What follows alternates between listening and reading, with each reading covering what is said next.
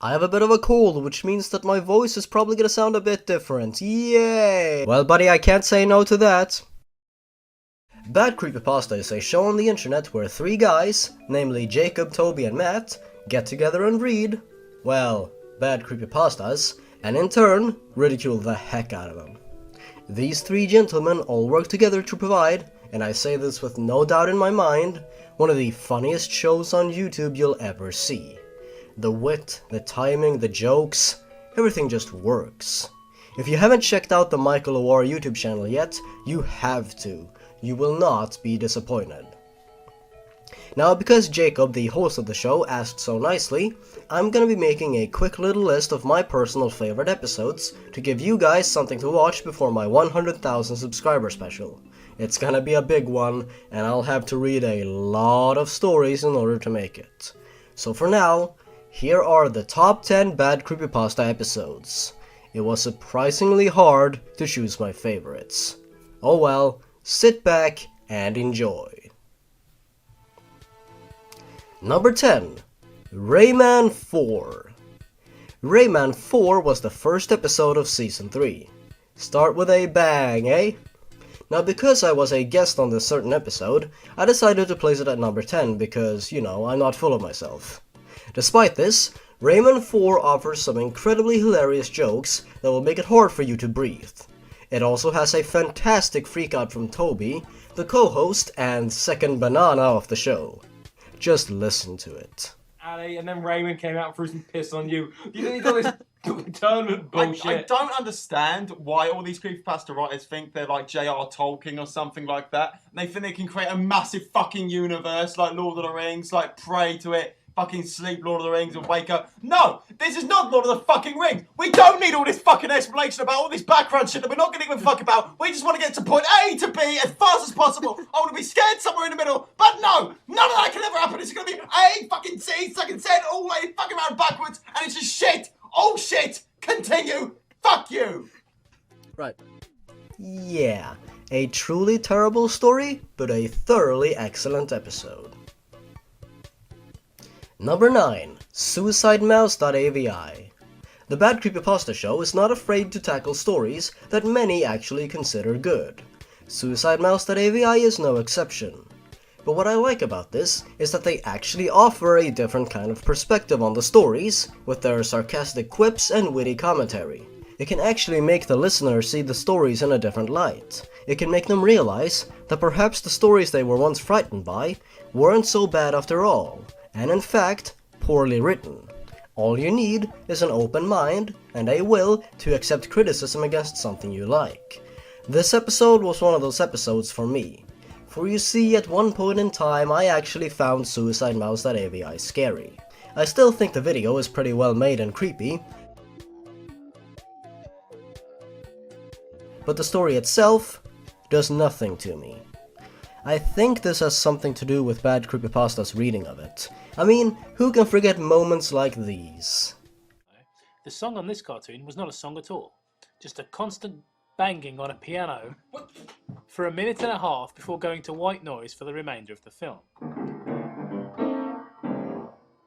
Why is there a piano here? Why did I not know of this? Because I hide it behind a lot of teddy bears.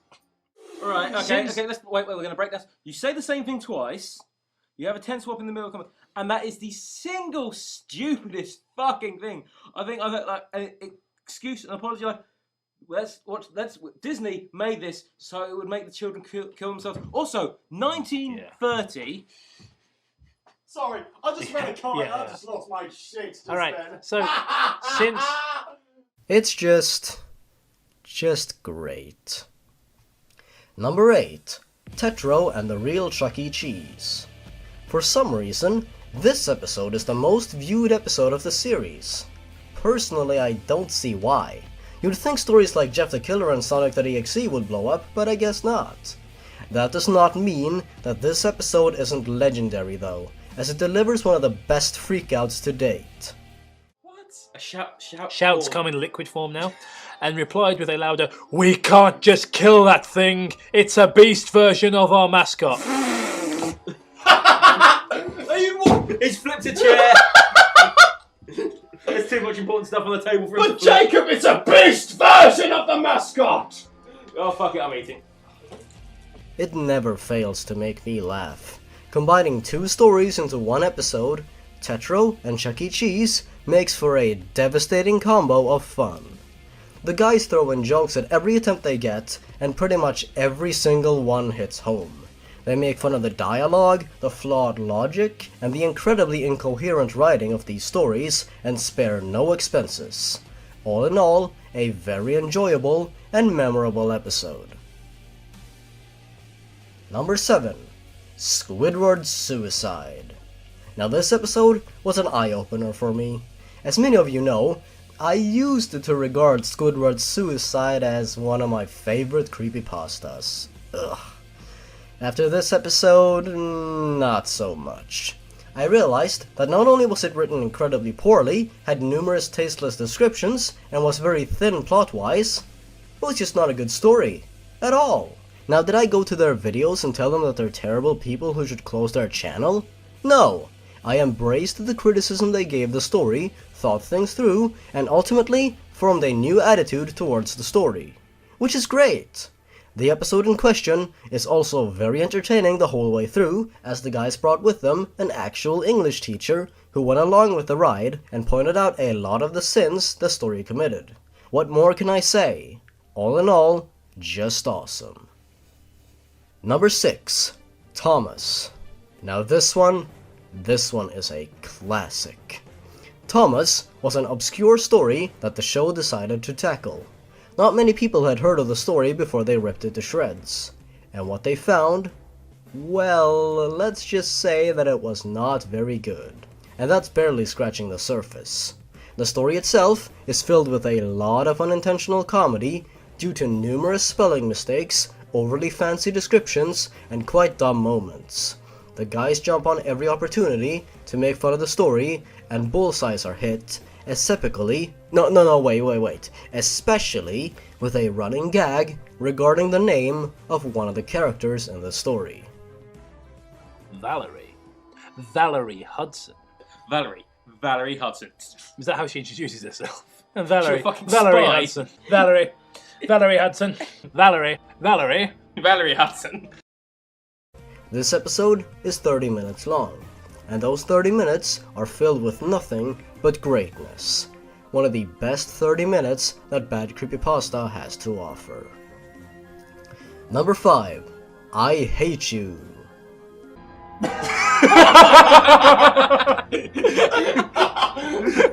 Oh God, no! He's crying. Look at Mario's face! Oh God, no! I Hate You. This one is one of my favorites. In this episode, the crew tackles a story about what the author claims to be a previously undiscovered alternate ending to Super Mario World for the SNES. An ending that reveals the most terrible of secrets. Luigi has always worked together with Bowser. For some reason. Jealousy? Perhaps. One of the funniest aspects of the episode, in my opinion, is the fact that the pictures that go along with the story make the guys laugh instead of making them feel scared. Here are some of my favorite moments. I ran into 1 or 2 blind boos in the darkened room. Oh. Then 3 or 4. Oh. Then the screen was full of them. Oh. Alright, Hank Hill. You enter to face a final boss. Beside the doorway, a mushroom power-up. I didn't touch that shit. Messages on the walls, I hate you, and... Why won't you die? Luigi. Luigi. He's always been Mario's second banana! What can I run out of my banana? Control yourself, Matt. I had an irrational thought. Would in be permanent? No, you have 9 lives! What the fuck does that even mean? Yeah, this episode is great. Number 4. Jane the Killer, The Real Story. This episode has a rather interesting spin, as it has a really entertaining guest appearance by Vince 12. I'm sorry, man. Anyways, yeah, Vince 12 adds a lot to this episode, and it makes for one entertaining journey through this terrible story. Personally, I enjoy stories that take the crew a few episodes to finish, as it gives me content to listen to for hours upon hours. And this one is no exception. Brimming with questionable logic and unbearable Mary suing, is that a thing? This story is perfect material for the show. Hilarity ensues. See what I did there? Ensues? Because Mary Sue? Number 3. Jeff the Killer versus Michael Myers. Yes, this story exists. Yes, Jeff and Michael Myers fight to the death. And yes, Jane is in it too. You know what they say, the more the merrier. This story, it's not a story. It's a fan fiction, a bad one. For you see, Jane wants to kill Jeff, right? Well, get a load of this. Jeff ran up to Jane and got her up to her feet.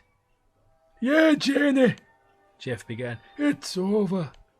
Jeff and Jane began to make out. Oh, fuck off! No, he's walking out. He's going. I'm It's sorry. someone else's house so they can't flip shit over. Wow. Just need a minute, I will come back.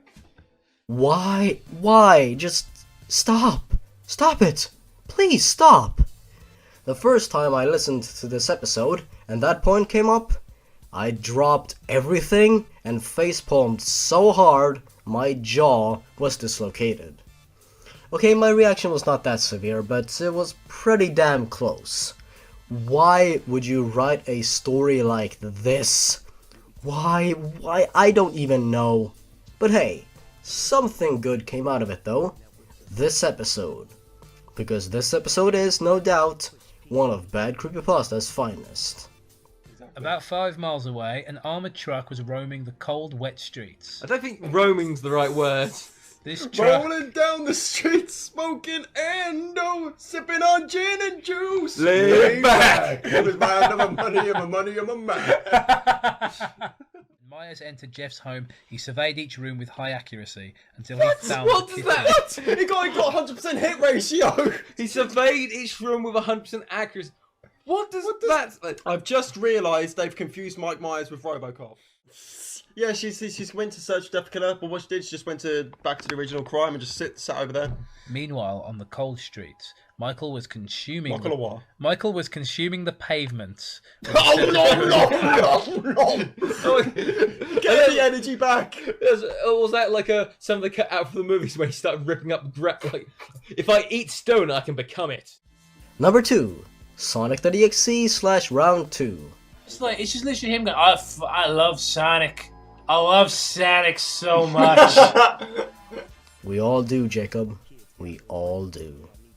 Subscribers of mine have definitely heard of this story before. We all know it's dumb. We all know it's illogical. And we all know it's laughably bad. But what if one were to create a drinking game based on the story and actually go through with it? You get Bad Creepypasta's reading of Sonic the Exe / Round 2. Those brave bastards. They take a shot for whenever passage of time is mentioned, a shot for whenever blood is mentioned, a shot for whenever the word cult is mentioned, and a shot for whenever anyone says the word X. Now that is madness. But the guys did it. Never again. Never again. Bodies have been starting to look like the victims just dropped dead, or there were disappearances. Come on, man! Come on! Do we You need can to do make this! fun of this? We just read it and... We can do this! Oh, I forgot to tell you. My name's Derek Green. Do you really Why need to tell are you your writing game? that in your diary? Oh, I forgot to tell you. That's my name. Need to remember that from when I've done. Is it when like I've some done sort of massive future? mind loss. Is it some future robot diary from the distant, the future year of 2012?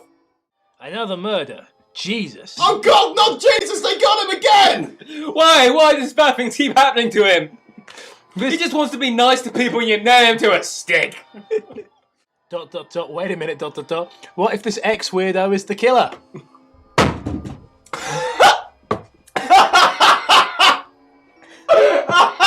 But Jacob, we can't kill it. It's a beast version of our mascot. Nope. Nope. And now, my favorite episode of Bad Creepypasta. Let me tell ya, it was a really tough choice, and if I could, I would place pretty much every single episode at number 1. But here goes. Number 1 is... Blood Whistle. Oh, beautiful purple prowse. Oh, this story has plenty of it. Like I said before, I really enjoy the longer episodes of Bad Creepypasta. You go on a real journey together with them, and this one journey is quite special. It has some absolutely priceless descriptions, excessively dramatic points, and one of the most ridiculous remarks ever. Could this hack be the work of the Illuminati? Yes, it could. It could, and it is. Okay, enough pondering. Fucking As hell. I wondered that, a man. When writing a scary story, you'd think a remark like that would be the last thing an author would think of putting in their chilling tale of horror and death. But apparently not. This episode just works. It goes on for quite a bit, but that is in no way a bad thing. There's not a dull moment in the rough 1 hour and 15 minutes that this episode goes on for. That has to be commended. And who can say no to magnificent singing when the story has sucked the life out of the hosts of the show? No one. No one can. Life will never be the same.